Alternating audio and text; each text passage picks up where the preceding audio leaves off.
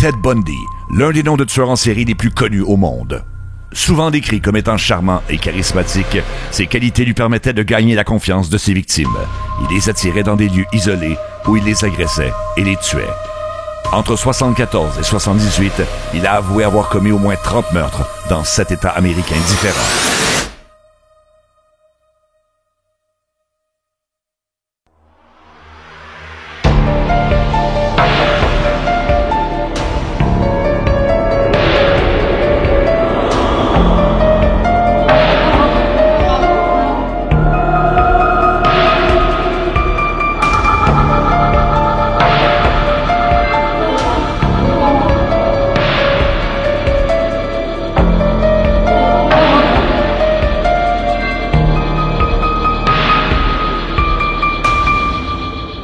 Bienvenue à cet autre épisode de Meurtre et Popcorn. Est-ce qu'on peut commencer par une parenthèse, Annick? De tes lèvres? Oui, ben c'est ça, là. Attends. OK, c'est juste qu'avant avant l'émission, j'avais les lèvres sèches. Là, tu m'as offert un genre de gloss, c'est ça? Oui, qui fait gonfler les lèvres. Oui, mais qui fait gonfler les lèvres. Ouais. Fait que là, j'ai-tu les lèvres gonflées ou... Ben, elles sont surtout comme reluisantes un peu, là, mais c'est intéressant que tu t'ailles laissé faire. Mais ouais. tu sais, en fait, je voulais faire un peu... Ben, tu te préparais pour Ted Bundy, dans le fond. Oui, parce qu'on va jaser de Ted Bundy dans l'épisode d'aujourd'hui. Exactement. Il aime ça, des belles têtes. Oui. J'ai comme eu une image. Oh. Il aime maquiller ses têtes, puis t'as une belle tête chevelue. Fait que je pense que tu t'es dit, hey, pourquoi pas, je vais mettre du gloss ce soir. Ted Bundy a inspiré énormément de documentaires et de films. Le meilleur, selon toi, est-ce que c'est celui de Netflix avec Zac Efron? Parce que Zac Efron, c'est un acteur qui était plutôt connu pour des comédies assez légères, disons. Et là, il joue le rôle de Ted Bundy là-dedans, et ça s'appelle, là, je vais le prononcer comme il faut, Extremely Wicked, Shockingly Evil and Vile. J'ai fait un lip-sync pendant que tu disais, redis-le. Non, ben là, j'ai Non, redis-le. Extremely Wicked, Shockingly Evil and Vile. Comment on le traduirait en français, ça, Annick? Écoute, un asti fou dans la tête. Mais fait que donc le juge, en fait, c'est lui qui a trouvé le titre du film avec Zac Efron. Mais moi, j'ai trouvé que c'était un très bon film. J'ai trouvé que c'était pas un acteur que je tripais dessus avant, Zac Efron. Je tripe pas plus dessus, mais ce que je veux dire, c'est je trouve qu'il a bien livré sa job d'acting sur Ted Bundy, qui est quand même assez complexe à jouer, tu sais, mais ça le montre bien quand même. Tu sais, ça montre une facette de lui, ça montre pas toute de lui, parce que naturellement, on en reviendra tantôt aux détails qu'on ne peut pas voir dans un film comme ça. Mais c'est ça, c'était quand même bien rendu. C'est vrai, Silence of the Lambs est encore là. Il est comme... Je pense que c'est un mix de plein de tueurs en série dans Le Silence des agneaux, mais il est encore une inspiration. Mais Ted Bundy a été une inspiration pour beaucoup de tueurs en série aussi. Tu sais, je veux dire, ça a été comme l'icône de ceux qui voulaient devenir tueurs en série. C'était comme, il idolait Ted Bundy et Don BTK, tu sais. Don BTK, on reviendra là-dessus, mais c'est parce que c'est un tueur en série un peu différent de Ted Bundy.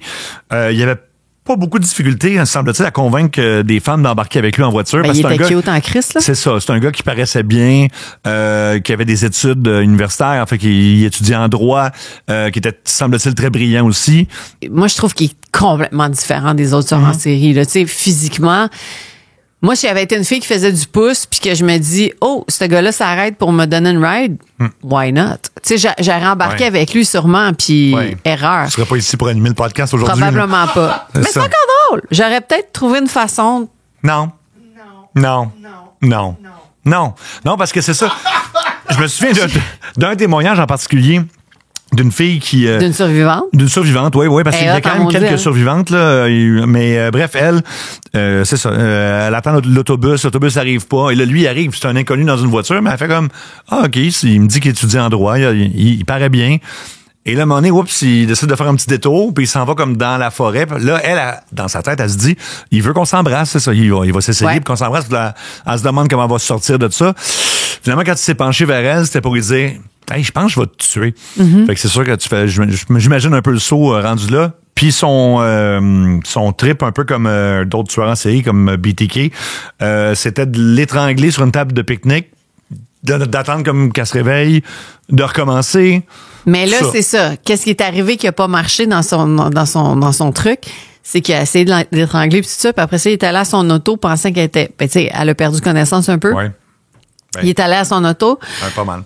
Mais pendant qu'il était à son auto, elle s'est comme réveillée puis elle s'est enfuie à ce moment-là. Et elle est tombée dans la rivière. Oui. Et c'est la rivière qui l'a sauvée. Oui. C'est qu'elle a tombé dans la rivière puis la rivière l'a amenée comme un petit peu plus loin. Puis c'est comme ça quand... Mais tu sais, t'imagines, tu sais... Quand tu vois après ça tout ce qu'il a fait puis qu'il est arrêté puis que t'es une survivante de Ted Bundy, là, traumatisme.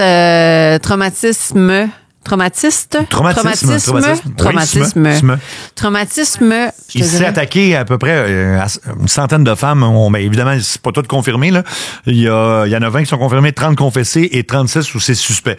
Mais donc, il faisait ça régulièrement. Et ce qu'on dit, c'est que lui, il s'attaquait pas à des femmes, exemple des prostituées, comme d'autres tueurs en série. Il visait des femmes qui avaient un certain standing, justement des universitaires. Donc, il est différent des autres à cause de ça. Et à cause d'autres raisons aussi sur lesquelles on pourra revenir. Son enfance, il l'a décrit comme étant heureuse. C'est drôle, hein, parce que t'as lu dans mes pensées. J'étais comme, je te dirais, Sébastien, on va aller à son enfance. J'ai pas lu dans tes pensées, c'est ça qu'on fait à chaque podcast. À ce moment-là, on parle de l'enfance. Oui, mais je savais pas. Là, je te regarde la caméra. Je me disais, faut qu'on aille à son enfance. Puis je t'ai comme envoyé des ondes. Puis je pense que tu les as pognées à cause du gloss. De mes grosses lèvres. Je pense que le gloss a fait que, vu que j'ai le même gloss, il y a quelque chose qui s'est passé. Fait que t'as compris qu'il fallait qu'on aille à l'enfance. OK, donc on s'en va à l'enfance. Fait que Ted Bundy, ça a commencé par un gros mensonge. Ben, pas un mensonge, mais oui, à quelque part. C'est quand même un gros mensonge. Oui, c'est quand même pas pire. En fait, il a été élevé par ses grands-parents. Et sa mère et ses grands-parents ont décidé qu'ils lui faisaient à croire que c'était sa sœur. Donc, sa vraie mère, biologique, était, selon lui, sa sœur. Sa sœur. Et était persuadée que c'était sa sœur encore, après, même quand c'est devenu sa mère. En tout cas, c'était weird, là, parce que vers 4-5 ans, elle était avec un Bundy, puis c'est là qu'il a pris son nom, donc, sa mère, sa sœur, en fait. Oui, c'est ça. C'est sa mère. C'est sa mère. Sauf que c'est sa sœur. Non, mais dans sa tête à lui. Oui, mais c'est sa sœur. Mais ça, en même temps, tu sais. Mais que c'est sa mère. J'ai une sœur. Mais c'est ça, imagine, Geneviève, c'est ta mère. Non, c'est pas. Mais c'est ta sœur. Ça marche pas. Mais en fait, tu sais plus, parce que c'est ta sœur. C'est ça. Fait que là, ce que je fais, c'est que je me mets à être très enragé et je tue plein de monde. Non. Ben, c'est ça qu'il a fait, mais en même temps. C'est pas à partir de là, voyons. Ben non, il a pris son temps. Il a pas su à 4 ans, là. Ben non. Non, mais en même temps, il y a rien dans son enfance qui est quand même, tu sais, qui vient justifier qu'il soit aussi fucké, parce que c'est vraiment un des pires tueurs en série fuckés qu'on a, là. Tu sais, il y en a plein il y en a plein dans cette série de podcasts-là, mais lui, c'est vraiment le plus enragé, on dirait, là. Il a une rage, il est violent, il est... Pourquoi tu trouves ça drôle? Non, je suis enragé et violent. Non, mais... Non. Parce que le seul autre, en fait, c'est qu'on dit que il a perdu confiance aux femmes. Bon, il y a eu l'affaire de sa blonde. Sa première blonde. Il y a eu une première blonde qui s'appelait Stéphanie. Stéphanie, bon, il était bien en amour avec, c'était sa première blonde. Et là, Stéphanie, à un moment donné, elle l'a laissé. Ouais. Puis elle a dit, t'es pas assez ambitieux. C'est ça. T'as pas assez t'es pas assez manly, genre t'es pas assez... Tu vois pas assez grand dans la vie. Non, puis fait que c'est ça. Fait que c'est à partir de là que la chaîne a débarqué pour Ted Bundy, là. Et là, il s'est senti trahi par 2 femmes de suite, donc sa sœur-mère. Exactement. Et A woman can't be trusted. Ben ça, c'est vrai, il a raison. Mais à ce niveau-là... Ça, c'est toi qui l'as dit. Non, mais c'est juste... Non, mais... Ce que je veux dire, c'est que là, il y avait sa raison ultime, c'était qu'il venait de se faire laisser et qu'il s'était fait mentir toute sa jeunesse par sa mère-sœur. Moi, j'ai beaucoup aimé qu'ensuite, tu sais, il a voulu un peu augmenter son standing dans la vie. Fait qu'il est allé travailler pour le Parti républicain. À l'époque, pour le gouverneur républicain. À l'époque, il était un parti relativement normal, là, ça a un peu dérapé depuis le temps, où je pense que, bon, j'aurais peut-être pas dire ça, mais il y a peut-être plus de malade qu'à l'époque. Là. Lui, là, à cette époque-là, c'était lui le malade du Parti républicain. Et donc, il est allé... il savait travailler à Washington, puis là, c'est là qu'il commence à faire des éruptions de domicile. Éruptions? Des éruptions, Mais genre un volcan? C'est comme... Qu'est-ce que tu veux dire par éruption? Il veut pas. C'est pas ça le mot. Des éruptions. C'est quoi le mot que je cherche? Y a-tu des boutons? Invasions de domicile. Il fait pas des éruptions. Ben, il y avait, il y avait des boutons quand il rentrait dans des il endroits. rentrait, puis il faisait des boutons. Il y avait plein d'éruptions cutanées, genre. Ouais, mais pourquoi tu dis... OK. Ben, tu peux faire éruption dans un Ted domicile. Bundy a fait des éruptions. Oui. Tu peux faire éruption dans un domicile, là. Ouais. Si j'entre par surprise, je fais éruption, là. OK. J'ai pas une éruption. Non, c'est pas la même chose. Bon, OK. Mais c'est très violent ce qu'il fait, là, pour revenir sérieux. Oui. Non, mais c'est épouvantable. Je veux dire, non seulement c'est quelqu'un qui va violer des gens, mais tu sais, il va prendre des pôles en métal pour les frapper puis faire toutes sortes de choses. Oui, mais tu sais, qu'est-ce qui est fascinant que j'ai remarqué, puis là, tu vas trouver c'est weird, le parallèle. Non, il n'y a rien de weird à date dans ce podcast. Mais Ted Bundy est comme un chat. Je vais te dire pourquoi. Un chat? Ouais. OK. Parce que il aimait jouer avec ses victimes des fois avant de les tuer. Ah, même après? Oui, non, après. Oui, non, je sais, mais des fois, il allait même casser des os puis des membres. Quel genre de chat t'as à la maison exactement? Juste qu'on... Je vais vous expliquer quelque chose. Les chats, quand ils chassent, je sais, j'en ai 2, bientôt 3, mais en tout cas, les chats, quand ils chassent, ils vont chercher, mettons, je mets une souris, OK? Mettons une souris parce que c'est très commun, ou moi, mes chats, des fois, c'est des bébés lièvres.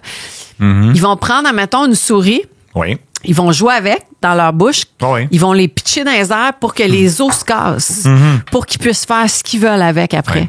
Et Ted Bundy a ce côté chat-là. C'est que il veut avoir le contrôle ultime sur sa victime. Et des fois, il va le faire avant de les tuer. Il va les maganer comme faut. Puis après ça, il va les tuer. Oui. Il va les maganer des fois après, mais souvent, il va les maganer avant. Ce qui est bizarre... Donc, il est comme un chat. C'est les deux. Puis ce qui est bizarre, c'est qu'après... les avoir tués, il les a maganés, mais après ça, il va leur couper, laver les cheveux, leur faire une manucure. Ouais, il va mettre du cutex. Il veut les rendre belles à nouveau parce que Ted Bundy va généralement aller porter des morceaux ou en tout cas des bouts de corps dans la forêt pour qu'ils puissent retourner, comme l'ont fait beaucoup de tueurs en série, mais retourner les voir. Les voir et faire d'autres choses avec. Ben, faire des... ben, tu veux qu'on en parle maintenant? Là? Non, on n'est pas obligé. Non, mais on n'est pas obligé d'en parler là parce que là, il manque des choses. OK, vas-y. OK, fait que... Moi, je veux revenir au fait que... Que c'est un chat? Je pense qu'on a fait le tour de ça. Non, ça, c'est correct. Okay. Parce que Pierre Lambert, dans la séquence, s'appelait le chat. Puis là, je me pose beaucoup de questions sur lui en ce moment, puis ça n'a pas rapport. Continue. Oui, mais on le voit plus non plus, hein? Non, c'est ça. Marcotte, là. C'est-tu Marotte? Marotte. Il y a Pierre Marcotte et Karl Marotte, c'est deux personnes différentes. OK. Mais continue. Mais... Tu sais, quand il faisait ses kidnappings, là, ou quand Karl Marotte, ça, ou... Non, okay, je parle de Théodore. Ted Bundy, oui. Tu sais, quand il y avait des filles qui faisaient du pouce pis ça, oui. On n'a jamais dit c'était quoi le nom, la sorte du véhicule. Non, on l'a pas dit, non. C'était une coccinelle. Ah, c'est vrai. Non, mais moi, juste ça, une coccinelle. Il y a tellement rien de badass dans une coccinelle. Tu sais, c'est une coccinelle. C'est un peu genre... Il y en avait plus que 40 000 dans l'État de Washington. Je sais. Il y a plus que 40 000 coccinelles. Oui, je sais. Idéal. Oui, non, je sais, mais c'est un peu... Tu te méfies pas d'un gars qui roule dans une... Coccinelle. Coccinelle, pour les plus jeunes, c'est comme des New Beatles, mettons, là, tu sais. À la limite, il y en a qui faisaient mettre des cils après leur lampe d'en avant, là, puis ces affaires-là. Fait que c'est sûr que tu fais... C'est pas le char le plus louche que tu peux trouver. Non, mais c'est ça qui est weird, c'est que le gars, il est super beau. C'est un pétard, comme intelligent. Quand il te parle, tu sais, c'est pas un genre de disjoncté comme, mettons, d'autres qu'on a vus, là, tu sais, mettons John Wayne Gacy ou, tu sais. Non, mais il est quasiment pire. Il est plus violent. Il est, fait pas pire, mais il est violent, là. Mais il est en coccinelle. Fait que tu fais, OK. Tu dis-tu que t'as de bonne... John Wayne Gacy, c'est assez solide, là. Ben, c'est pas un concours, là. Je veux dire, on n'est pas dans un... Non, mais ce que je veux dire... Eux autres, ils étaient dans un concours. Eux autres, ils sont dans un concours. Ouais. Eux autres... deux? Ben oui, mais c'est clair. Tous les tueurs en série, série, oui. Mais en tout cas, tout ça pour dire, c'est une coccinelle. Tu sais, moi, je me souviens que je regardais le film là, avec les coccinelles. Là, tu te souviens de ce film-là? Là? C'est un peu plate, là, mais je l'ai vu trop souvent. Ouais. En tout cas, bref, c'est une coccinelle. Fait que c'est comme ça m'a comme un peu fait comme ah, OK. Il était dans une coccinelle. Je l'aurais vu dans une Cadillac noire, là, tu sais. Oui, mais il se serait fait pogner plus rapidement. Là. Il y avait comme tellement de voitures semblables, puis éventuellement. Il voulait passer pour un étudiant universitaire aussi. Fait que, ouais, il passait parfaitement pour un étudiant universitaire. D'ailleurs, une de ses premières jobs, on n'a pas parlé tantôt, là, dans les métiers. Oui. On devrait faire ça dans le podcast. Les métiers. Une de ses premières jobs, c'était au Suicidal Hotline. Oui, il travaille dans un centre d'appel anti-suicide. Ça, c'est écoute, ironique, ça, c'est là. fucké, là. Mais il voulait comme être, tu sais, pas reconnu, mais qu'il sente comme une importance quelconque de pas sauver du monde, mais d'être comme... Oui, voulais-tu, mettons, tu dis, je vais en sauver 100, puis après ça, je vais en tuer. C'est quoi son thinking? Il y avait la vie des autres entre ses mains. C'est carrément ça. C'est un narcissique assez solide, là, Ted Bundy. On s'appelle. Je pense qu'on peut dire ça. J'ai dit, on s'appelle. Qu'est-ce que t'as dit? J'ai dit, on s'appelle. On s'appelle? Oui. On s'appelle pourquoi? Pour parler de Ted Bundy, un narcissique assez solide? Non, mais des fois, je sors des mots qui ouais, ça arrive. Mais c'est ça. Fait que j'ai dit, on s'appelle. Écoute, je peux quitter, on peut s'appeler pour faire un podcast au téléphone, il n'y a pas de problème. Écoute. Bon, veux-tu qu'on s'appelle? Ou? Écoute, on s'appelle. Oui. Tu me disais? Ben, je te disais que Ted Bundy, il a été sur la hotline de Suicidal. Je pense qu'on peut raccrocher. OK. Bon. Fait que, oui. Ouais, mais c'est ça. Non, mais regarde, si je peux continuer. Oui, il a utilisé d'autres techniques aussi, comme par exemple de s'approcher d'une future victime en faisant semblant de porter quelque chose qui tient son bras, là, tu sais, pas nécessairement une attelle, qu'on dit, ou une attelle. Une écharpe, là, carrément. Là. Il faisait non, pas une éruption. Il faisait semblant d'être blessé. Fait que, tu sais, c'est toutes des choses qui mettaient les gens en confiance. Fait que, puis à un moment donné, on constate que, comme n'importe quel tueur en série, c'est que, c'est à peu près le cas à chaque fois, c'est qu'à un moment donné, la cadence augmente, puis plus ça va, plus c'est meurtre, ça va loin, puis plus il y a besoin c'est ça, sa stimulation. C'est ça, puis aussi le fait de cacher les corps un peu partout dans le bois où... ça, c'est weird. Mais il y a une famille, entre autres, tu disais, Marie-Christine, où ils ont juste retrouvé une rotule.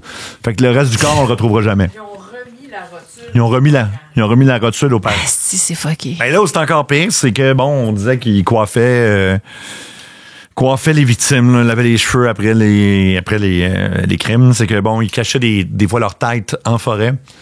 Juste parce que des fois, tu sais, mettons, il y avait une petite envie de comment je dirais ça, non? De se donner du plaisir avec la tête de la victime, là. Oh! Puis on sait ce que c'est aussi, un corps qui se décompose. L'odeur est dégueulasse. Une tête, ça va être la même chose. Être dans le bois, en plus, fait qu'il y a toutes sortes de bébites puis d'animaux. Aller dans le bois, moi c'est juste que, tu sais, à un moment donné, quand il est venu, là. Ouais. Tu sais, non, mais c'est parce qu'il doit avoir un moment de lucidité, un moment donné, qu'il se dit, ah, man, qu'est-ce que je viens de faire? Parce que toi, tu penses... que ça le dit? Non, Annick. J'ai gagné. Annick, il est en train de... Il y a une tête dans les mains, là. Toi, tu penses qu'une fois, il fait, Colin, je suis pas une bonne personne. Colin. Hey. Non, mais voyons, ça se... Non, il y a quand même une intelligence, ce gars-là. Tu sais, le gars, il a étudié en droit, puis tout ça, puis on va voir plus tard, il se défend lui-même en cours. Et il va fourrer des têtes dans la forêt. Il y a pas, c'est ça, il n'y a pas d'émotion, effectivement. Ça, c'est clair. Et puis, l'autre affaire, c'est ça. C'est qu'il est complètement... il est complètement fucké. D'ailleurs, là, c'est ça. Écoute, je veux pas sauter d'étape. Mais, tu sais, à un moment donné, il tue de plus en plus, puis il y en a besoin, tu sais, au moins une victime par mois, en tout cas, à ce qu'on sache. Tu sais, ça lui procure le pouvoir dont il a besoin. Mais pendant ce temps, Sébastien, là, on a comme oublié qu'il est marié, là. Ah oui, ben oui. Et il y a une petite fille, genre. Ouais. Il y a combien d'enfants? Il est à côté avec une mère célibataire qui a un enfant. OK. Donc, c'est mais il n'y a pas d'enfant à lui. Non. Mais donc... Après, il va en avoir. Quand il sera dans le couloir de la Quand il sera en prison, oui, parce que... Ouais, ça sera un autre épisode.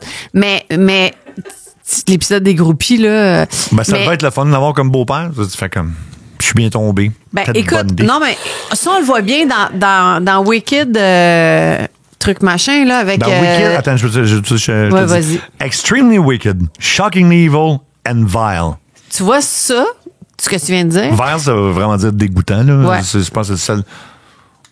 Ouais. À moins que vous ayez d'autres termes, moi. Ouais. Mais ce film-là, c'est beaucoup sur sa double vie, tu sais. Sur sa vie de... Justement, il est avec une femme, avec une petite fille, genre, puis qui est normale, qui soupe le soir, puis nanana, il fait les devoirs avec la petite.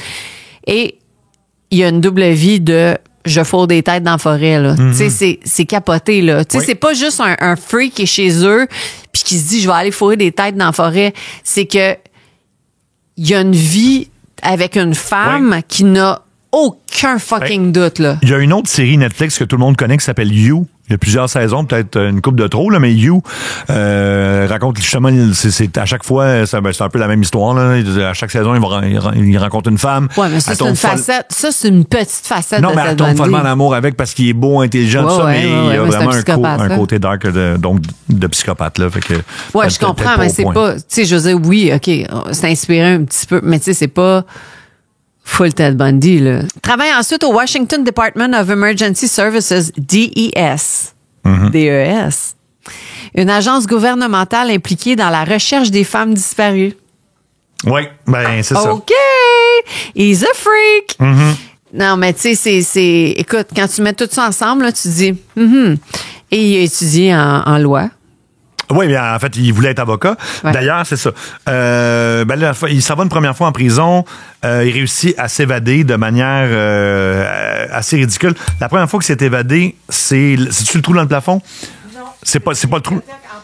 Oui, c'est ça, OK. Ah ouais. C'est fabuleux. Fait que donc, il décide de se défendre lui-même en cours. Ce qui est un signe, pas parce que c'est un étudiant en droit. Ça veut dire que c'est quelqu'un de narcissique. Il y en a plein qui l'ont tenté.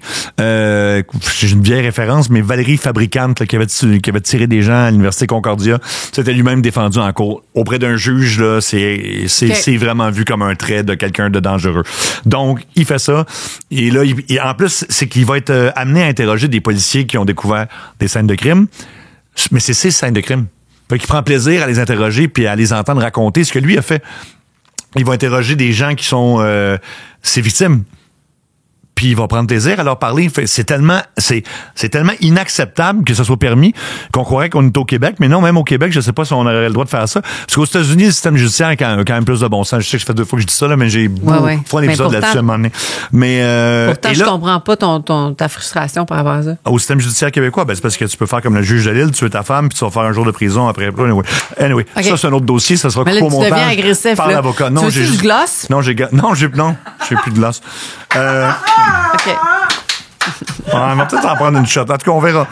Mais tout ça pour dire là, t'as plus de glace, puis là, t'es un peu agressif. Non, c'est juste le juge de Lille qui m'a... OK, c'est bon. C'est comme moins agressif que lui envers sa femme. Mais là, tu fais des barbeaux en plus sur ton dessin, là. Oui, je fais des... Oui. OK. Mais continue. Donc, pendant qu'il se défend en cours, ça lui donne le droit d'avoir accès à la bibliothèque de la prison parce que il doit pouvoir consulter des manuels juridiques, ce qui lui permet de se sauver de la prison et de s'évader. C'est ça parce que la bibliothèque est moins surveillée, fait que je sais pas s'il passe par une plainte ou quoi, mais il se sauve. Il a sauté du 2e étage. Bon, tu vois, ouais. Mais en plus, tu sais, c'est ça. C'est qu'il est beau, il est charismatique, puis il s'évade. Non, c'est comme un genre de Spider-Man, là, mais... C'est un chat. Qui fourre des têtes. Ouais. C'est pareil. Oh my God! Bon, 6 jours de cavale un peu raté. Et donc là, qu'est-ce qui se passe? On le remet évidemment dans sa cellule en prison. À un moment donné, il se rend compte qu'il y a un trou dans le toit de sa cellule. Et là, il perd du poids pour réussir à se sauver. En fait, il est sorti par la porte de la prison parce qu'il a monté en tout cas à l'étage du haut, par le plafond. Il est tombé, je pense, dans le bureau du directeur. Peu importe, il sort par la porte de la prison. Et là, il est libre à nouveau. Et là, il sait que ça fait 2 fois que je m'évade. Il va en profiter pour faire un genre de carnage. Mais en même temps, t'as plus rien à perdre, là. Tu sais, quand t'es rendu là, tu peux... Si t'es un tueur en série, c'est sûr que non. Floride, il est parti en Floride dans une ville universitaire. Comme Rolling, Floride, ça revient souvent, hein? Floride, il y a beaucoup. Pourquoi il y a la peine de mort, là, pour traverser la rue, ça a la lumière rouge, puis ils vont tous là. Mais il y a Disneyland. Ça pour dire que là, il entre dans un dortoir et là, il attaque brutalement 4 femmes en même temps, là. 4 dont 2 sont décédées, mais les attaques, c'est d'une violence inouïe. Ça n'a aucun sens ce qu'il fait, là. Il rentre là, puis il sait un peu que c'est la dernière fois qu'il va faire ça parce qu'il va se faire prendre. Fait que là, ça n'a pas de bon sens. Et quand la police arrive là, c'est ça, il y en a 2 qui sont décédés, il y en a 2 qui sont encore sont encore vivantes. Et ça, c'est en l'espace de 15 minutes qu'on dit qu'il a attaqué ces 4 femmes-là. Et pendant que la police est là-bas, ils reçoivent un appel comme quoi il y a des sons étranges dans un bloc appartement de condo qui est à peu près à 6 blocs de là. Et évidemment, là, il a sauvagement, encore une fois, attaqué une autre personne. Et lui, il est quand même en cavale pour un petit bout de temps encore. Et il se fait prendre, je pense, à cause... Il y a plus sa New Beetle rendu là. Oui, C'est il y a un autre Beatle. Ah, il y a une autre Beatle. Il tripe vraiment sur les, sur les coccinelles ou les Beatles. Moi, j'aime pas ça, les coccinelles. C'est peut-être. Moi, j'aime pas ça. Peut-être parce que je suis un gars, là. Je sais pas. Ben, tu rentrerais pas dans une coccinelle. Non, je pense pas. Ça serait.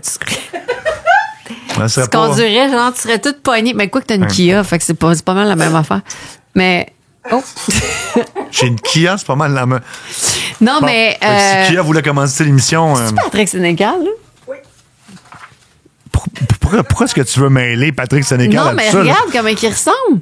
OK, mais c'est pas Patrick Sénécal. C'est Ted Bundy, ça? Oui. C'est Ted Bundy, c'est pas Patrick Sénécal. Celui du bas, c'est juste un gars qui vend des t-shirts. Un gars qui vend des t-shirts. En tout cas, tout ça pour dire que... OK, c'est pas Ted Bundy. Puis quand je dis que c'est un gars enragé puis narcissique, c'est qu'à un moment donné, il y a un policier qui l'a arrêté, qui explique qu'il se vante ou il confesse d'autres meurtres. Puis...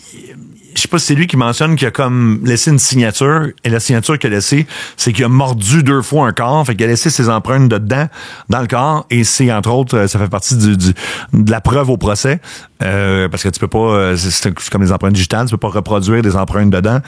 Donc, là, ça permet à la police d'augmenter les accusations, parce qu'au départ, c'était quand même un peu plus difficile. Fait que voilà, fait qu'il signait, en tout cas, il a signé au moins un de ses meurtres en mordant. Puis 2 fois. En s'assurant que la première fois, peut-être pas mordu assez fort, je le refais une autre fois. OK, fait qu'il prenait des chunks, là. Ben, il laissait vraiment l'empreinte de ses dents pour qu'on puisse mais y avait-tu un morceau? Il partait-tu avec un morceau? J'étais pas avec lui, je le sais pas, là, okay. mais non, on me dit que non, OK. OK, on le voit encore. Non, il était fucké, mais pas à ce point-là. OK, là. Fait qu'il laissait des bleus sur ses victimes. Oui, ben là, il faisait pire que ça, mais je veux dire... OK. Ouais, donc ça a eu... Écoute, c'était de 74 à 78. Des victimes qui ont entre 12 ans et 24 ans, toutes des femmes. Et, écoute, c'est... Puis ici, j'ai... la liste des victimes est là. Mm-hmm. Puis là, il dit, il confie avoir décapité environ 12 victimes avec une scie à métaux. Il a conservé au moins un groupe de têtes, probablement les 4 qui seront retrouvés à Taylor Mountain. Mm-hmm. Dans son appartement pour une certaine période de temps avant de s'en débarrasser. Ça doit sentir le calice. Sérieux, là? Ben, la tête, pareil, ça peut pas sentir bon. En tout cas, oui. Ben, c'est pas comme chez... ça doit être freakant. C'est pas comme chez... non, c'est pas comme chez Gacy où c'était dans le sous-sol, dans la ville Sainte-Anne. Non, mais les têtes, on dirait ce qu'on voudra de Jeffrey Dahmer. Lui, au moins, il avait la décence de les mettre dans le congélateur. Dans le congélateur, ça sent trop. pas. Ouais. Bon. Alors... OK. Est-ce qu'on oublie-tu des choses, Marie? Écoute... On me dit qu'on a pas mal fait le tour. Ah, ben ça, on l'a déjà dit. Oui, il s'est fait arrêter et il a été exécuté sur la chaise électrique le 24 février 89. Alors, toujours les meilleurs qui partent en premier, hein? Moi, je vais finir sur une phrase. En fait... J'ai peur. Sur une phrase de qui? Non, mais c'est même pas drôle. Je sais pas pourquoi je ris, mais... une des survivantes de Ted Bundy lui a demandé... non, mais ris pas, tu commences en riant. Ben, c'est toi qui commences en riant. Je recommence. Ben oui. On va tout enlever ça au montage. Donc, je vais finir sur une phrase d'une survivante de Ted Bundy qui lui a demandé « Why do you kill? » Oui. Puis sa réponse était « 'Cause I like it. Mm-hmm. Donc, sur ces belles paroles, veuillez vous abonner sur Meurtre et Popcorn, sur tous nos réseaux sociaux. YouTube, Instagram et TikTok principalement. Ouais. On travaille sur WhatsApp, mais je ne sais pas encore ce que c'est. Fait que donc on y reviendra. Je sais pas. Non, t'as pas Les gens s'envoient des messages là-dessus. Là. Mais c'est... Hey, t'as-tu commandé, la dernière fois qu'on a commandé de la bouffe, t'as-tu commandé sur Tinder? Comment tu veux comme... Annick, c'est pas parce que c'est jamais... Non, mais c'est parce que la fille, tu me l'as montré. Non, mais la fille qui chauffait le char pour venir nous porter le stock, elle était trop cute, genre, puis là, je me dis, Chris, il s'est peut-être trompé de patente, genre, puis t'étais sur Tinder, puis t'as commandé notre Mexicain-là qui est jamais arrivé. Mais là, mais tu sais que tu peux pas commander de la bouffe sur Tinder en plus de commander le... tu sais. Il y a peut-être Tinder Eats. Tinder Eats. Je sais pas. J'aille pas l'idée, un peu. Ça marcherait, hein? Ouais. On a un projet Tinder Eats. Ouais. Ah, ce podcast-là amène à plein d'endroits différents. Hein? Tinder Eats. Je me demande ce que Ted Bundy a recommandé là-dessus. Hey boy, on va te prendre 3 têtes, 2 rotules. Bon, on se voit pour un prochain épisode. Je pense qu'il est temps de mettre fin à celui-là, quand même. Ouais. OK.